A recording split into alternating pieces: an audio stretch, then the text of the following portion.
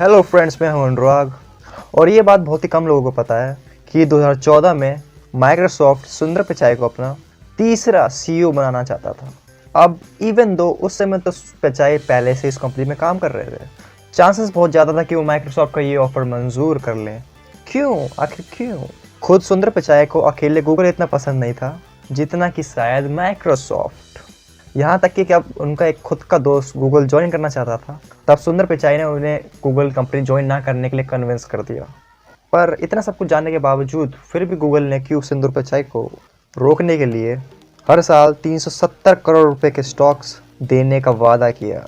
और कितनी होगी उनकी मंथली सैलरी कि उनको हाईएस्ट वर्ल्ड पेड एम्प्लॉयज़ का खिताब मिला है। अब तो सुंदर पिचाई ना मार्क ज़ुकरबर्ग और बिल गेट्स जैसे सुंदर कॉलेज ड्रॉप आउट है जिसने खुद की $1 बिलियन की कंपनी खोल ली हो, और ना ही वो हमारे इलॉन भैया की तरह रॉकेट साइंस को बेहतर करके इंसानों को मार्स पर भेजने की कोशिश कर रहे हैं। यहाँ तक कि गूगल के जिन प्रोडक्ट्स को सुंदर पिचाई का क्रेडिट दिया जाता है वो प्रोडक्ट्स भी खुद के उनके आइडियाज़ नहीं होते। तो फिर आप कैसे सुंदर पिचाई गूगल के सीईओ बने? So let's find out today is our video titled how Sundar Pichai become the CEO of Google. हर कहानी में एक हीरो होता है और उस हीरो की होती है एक मंजिल, पर उस मंजिल की भी जाता है action, masala, twist and turns. जैसे कि ये सब एक कहानी को ब्लॉकबस्टर बनाने के लिए बहुत ज़रूरी है, तो उसी तरह हीरो की बैक स्टोरी भी ज़रूरी है ना। हमारे हीरो यानी सुंदर पिचाई का जन्म जून 10, 1972 को एक चेन्नई के एक छोटे से परिवार में हुआ था। मानो बचपन से ही उनका और साइंस का नाता आपस में जुड़ चुका था, क्योंकि पिचाई के पिता इलेक्ट्रिक इंजीनियर होने के कारण जिससे वो हर दिन घर आकर अपने बेटे को इसके ज्ञान देते रहते, जिसके कारण पिचाई ने आगे चल के अपनी यूनिवर्सिटी में मैकेनिकल इंजीनियर IT की, जहां एक बार C ग्रेड मिलने के बाद भी उन्हें स्टैनफोर्ड यूनिवर्सिटी से एक स्कॉलरशिप मिली थी। जिसके बाद सुंदर पिचाई गए अपनी सीधा मंजिल कैलिफोर्निया।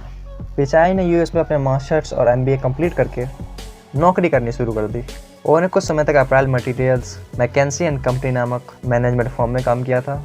और उसी दौरान उनका दोस्त गूगल में अप्लाई कर रहा था, तब पिचाई ने साफ साफ कह दिया था कि मत जा भाई, ये कंपनी डूबने वाली है। उसके कुछ ही समय बाद सुंदर पिचाई ने खुद गूगल का 2004 में ज्वाइन किया। सो आज तो हम आराम से देख ही सकते हैं कि वो आज किस मुकाम पर पहुंच चुकी है। What you think about? अब एक मिनट, इससे पहले तो मुझे कमेंट सेक्शन में गाली देना शुरू करो, पूरी बात सुन लो, ठीक है? दरअसल पिचाई को अपने दोस्त को लिए ना बोलने के पीछे कोई सेल्फिश मोटिव नहीं था। यानी कि उस दौरान 1990s के वक्त एक बहुत ही बड़ा .com क्रैश हुआ था, जिसको .com बबल बस्ट भी कहा जाता है, जिसकी वजह से तकरीबन 90% इंटरनेट कंपनीज का पूरी तरह से दिवाला निकल गया था। और पिचाई को भी डर था कि गूगल का हासर भी कुछ ऐसा ना हो जाए, इसलिए उन्होंने अपने दोस्त को ना कहा था। और भला ना कहते भी क्यों नहीं। आप ये रिपोर्ट देखो, जून 2003 में US में सिर्फ टेक फील्ड की अनएम्प्लॉयमेंट रेट 7.6% थी। तकरीबन 236,820 लोग जॉब्स के लिए भटक रहे थे। और उसी दौरान इंटरनेट इतना बूम होने के बावजूद इंटरनेट पर कोई ऐसा प्लेटफॉर्म नहीं था जहाँ से लोग आसानी से जॉब्स ढूंढ सके। सो अनएम्प्लॉयमेंट की मारी बहुत थी एंड अनएम्प्लॉयमेंट एपिटी स्कोर ये आज भी बहुत हाई है, ऑफकोर्स इस कोरोना के बाद।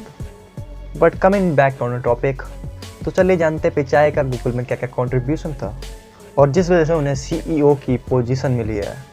Number 1 contribution, Google search tool bar. Pichai ने 1 अप्रैल 2004 को गूगल के लिए इंटरव्यू दिया, ठीक उसी दिन जब जीमेल को लॉन्च कर दिया गया था।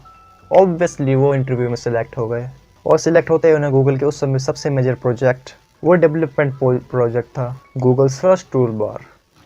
अगर आपको ये नहीं पता कि ये किस चिड़िया का नाम है तो डोंट वरी, काफ़ी लोगों को नहीं पता होता है कि इसका लॉन्च हुआ था 2000 में। तब तुम में से ज़्यादातर लोग बच्चे होंगे या फिर इस दुनिया में तुम्हारा अस्तित्व भी नहीं था। भले ही अभी के लोगों को इस टूल बार के बारे में ना पता हो, लेकिन तब ये गूगल के बहुत ही इंपॉर्टेंट प्रोजेक्ट था। उसके 2 साल बाद ही माइक्रोसॉफ्ट ने pin.com को इंट्रोड्यूस किया। पर 2 साल पहले आ जाने के कारण कई लोगों को गूगल सर्च काफ़ी कन्वीनियंट लगता था। अब सोचो उस समय अगर ये लॉन्च नहीं होता तो आज भी हम अपने दादाजी की उम्र के pin.com का इस्तेमाल कर रहे होते। लक बाय चांस सुंदर पिचाई का पहला प्रोजेक्ट है उनके लिए इतना इंपॉर्टेंट प्रोजेक्ट साबित हुआ। Number 2, Google Chrome. Google search tool box पर काम करते वक्त पिचाई रियलाइज़ हुआ कि माइक्रोसॉफ्ट के हर एक स्टेप गूगल के लिए कितना घातक हो सकती है। मतलब 2 साल पहले अगर माइक्रोसॉफ्ट pin.com को इंट्रोड्यूस कर देता तो शायद गूगल का सर्च इतनी प्रॉपर्टी गेन कर ही नहीं पाता। इसलिए सुंदर पिचाई ने सोचा माइक्रोसॉफ्ट से डर के रहा नहीं जा सकता, उन्हें अपना फ्यूचर डिसाइड करने नहीं दिया जा सकता। और ये कहते हुए उन्होंने अपने गूगल आइडिया का फॉर्म सुपीरियर्स के सामने फरमाया। लेकिन उनके मैनेजर और एग्जीक्यूटिव्स का रिएक्शन ये था कि भैया पगला गए हो क्या, ऑलरेडी आई चर्चा एक्वायर हुए 1 सदी हो चुका है। सफारी और फायरफॉक्स भी रेस में काफ़ी आगे निकल चुके हैं। अगर हम इस रेस में अगर उतरते हैं तो अभी तो कभी आगे नहीं बढ़ पाएंगे, समझे क्या।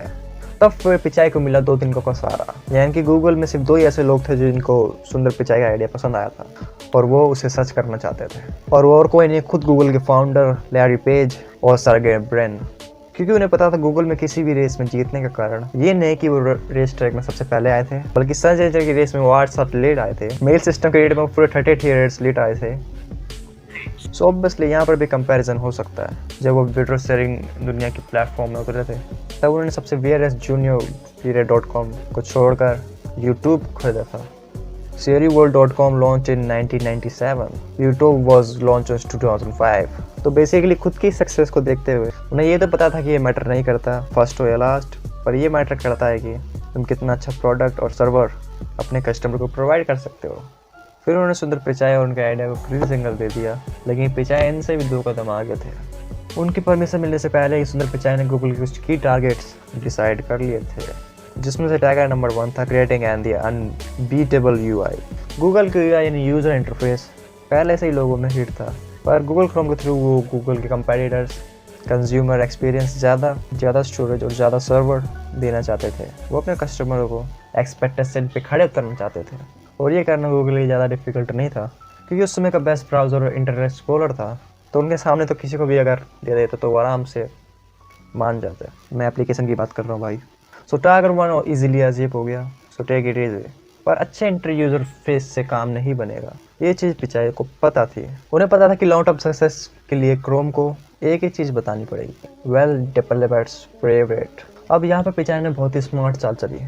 वेब डेवलपर्स को क्या पसंद आएगा ये खुद एज्यूम करने से उन्होंने सोचा क्यों ना वेब डेवलपर्स को खुद ही बताएं कि उन्हें अपना ब्राउज़र कैसा चाहिए, और ये कैसे बताएंगे, क्रोमियम के थ्रू।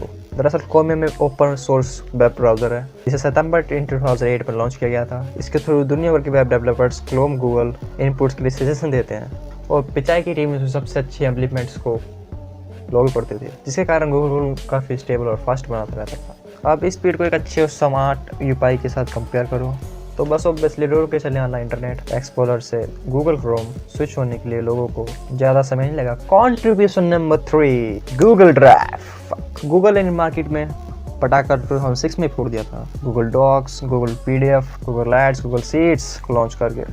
अब ऑब्वियसली सारे office products Microsoft Office plans नहीं थे, लेकिन बिल्कुल मुफ्त थे, और इसी फ्री के टैग ने सेहत का काम किया और ये करके मधुमक्खियों की झुंड यानी कंपनीज इनकी तरफ आकर्षित होने लगी, और इसके वजह से माइक्रोसॉफ्ट कंपनी से आगे बढ़ते चले गए। बट गूगल फील्ड में तुरंत हो गया था, लेकिन उसके प्रोडक्ट्स इतने एडवांस नहीं थे जितने कि माइक्रोसॉफ्ट के थे। बट हाँ, फ्री तो थे जैसे कि मैंने बताया, और कस्टमर अट्रैक्ट करने के लिए और क्या कर सकते हैं। सो इस पॉइंट में सुंदर पिचाई ने सोचा, फिर ऐसे सुंदर पिचाई ने सोचा क्या वो अपने मीट से कोलैबोरेट कर सके, तो फिर जन्म हुआ गूगल ड्राइव का, जहाँ कस्टमर और यूजर्स अपने फ़ोन में PDF एंड एनीथिंग सेव करने की बजाय गूगल के डेटा सेंटर में सेव कर सकते थे। इससे वो इजीली अपने फाइल दूसरों के साथ शेयर कर सकते थे और ऑनलाइन सब कोलैबोरेट कर सकते थे। Contribution number 4, Android 1। अब इतने बैक टू बैक सक्सेस के बाद इन 2012 में Sundar Pichai vice president of chromes and apps पे बैठा दिया जाता है। फिर 2013 में अचानक Android creator Andy Rubin Google के टाटा बाय बाय बोल के निकल लेते हैं। सो अब ऐसे में एंड्रॉयड के मैनेजमेंट को डिवीजन करने का पूरी जिम्मेदारी सुंदर पिचाई पे आ गई थी। तब पिचाई ने एंड्रॉयड 1 को दुनिया से परिचय कराया। पहले जो एंड्रॉयड गूगल की एक अलग कंपनी थी, अब वो पिचाई के साथ गूगल में ज़्यादा कोलैबोरेशन कर सकती है, यानी कि हर गूगल फ़ोन एंड्रॉयड फ़ोन में गूगल के ऐप ऑटोमेटिकली इंस्टॉल होने लगे, जिसकी वजह से गूगल का कस्टमर बेस और बढ़ चुका था। सो आज हमने सुंदर पिचाई के कितने भी कॉन्ट्रीब्यूशन के बारे में सुना, एक भी चीज़ उसमें से ऐसी नहीं थी जो उनके खुद का आइडिया हो। ब्राउज़र बनाने वाला वो पहला इंसान था, मेगावाट स्टोरेज बनाने वाला वो पहला इंसान था, और नया एंड्रॉयड उनका खुद का क्रिएशन था। लेकिन अपने आने के बाद उन्होंने गूगल के हर प्रोडक्ट एंड सर्विस को करने के लिए एक अटूट कमिटमेंट दिखाया। भले ही आइडियाज उनके नाइस है, पर हर सिनेरियो में उन्होंने बहुत ही सोच समझ के सही जगह पे डिसीजंस लिए थे। लेकिन गूगल पे धीरे धीरे से पर हर साल पिचाई का इन्फ्लुएंस बढ़ता ही जा रहा था। इसलिए अक्टूबर 2014 में उन्हें प्रोडक्ट ऑफ चीफ का प्रमोशन दे दिया गया और उस समय दूसरी कंपनी से बेहतर पैकेजेस और सैलरी एंड हायर पोजीशंस के ऑफर्स भी आने लगे, लेकिन उन्होंने सबको ठुकरा दिया। गूगल में रहने का उनके डेस्टिनेशन के कारण जब 2015 में गूगल के फाउंडर्स ने गूगल को छोड़कर अल्फाबेट यानी गूगल के पेरेंट कंपनी की स्थापना कर दी, तब गूगल की सीईओ की पोजीशन सीधे सुंदर पिचाई को ही चली गई। तो मतलब अब गूगल कंपनी से भी एक कदम आगे बढ़ गए और गूगल की पेरेंट कंपनी जिसमें गूगल जैसे और भी कंपनियां हैं उनके भी सीईओ बन गए। और ये चीज़ हुई 2019 में जब लैरी और सर्गे ने अल्फाबेट के सीईओ का पद छोड़कर डायमंड रोल अपना लिया, जिसके बाद सुंदर पिचाई गूगल और अल्फाबेट दोनों की सीईओ बन गए, जिनकी आज मंथली सैलरी 1600 करोड़ है। सो आज की हमारी कहानी के हीरो से आपने क्या लेसन सीखा, मुझे नीचे कमेंट सेक्शन में ज़रूर बताना। और ये वीडियो अगर आपको पसंद आया तो एक लाइक ज़रूर छोड़ना। हमारे इंडियन हीरो की कहानी सभी के साथ शेयर करो अपने फ्रेंड्स और फैमिली मेम्बर के लिए और सबको इंस्पायर करो। एंड ऑफ द एंड, जय हिंद।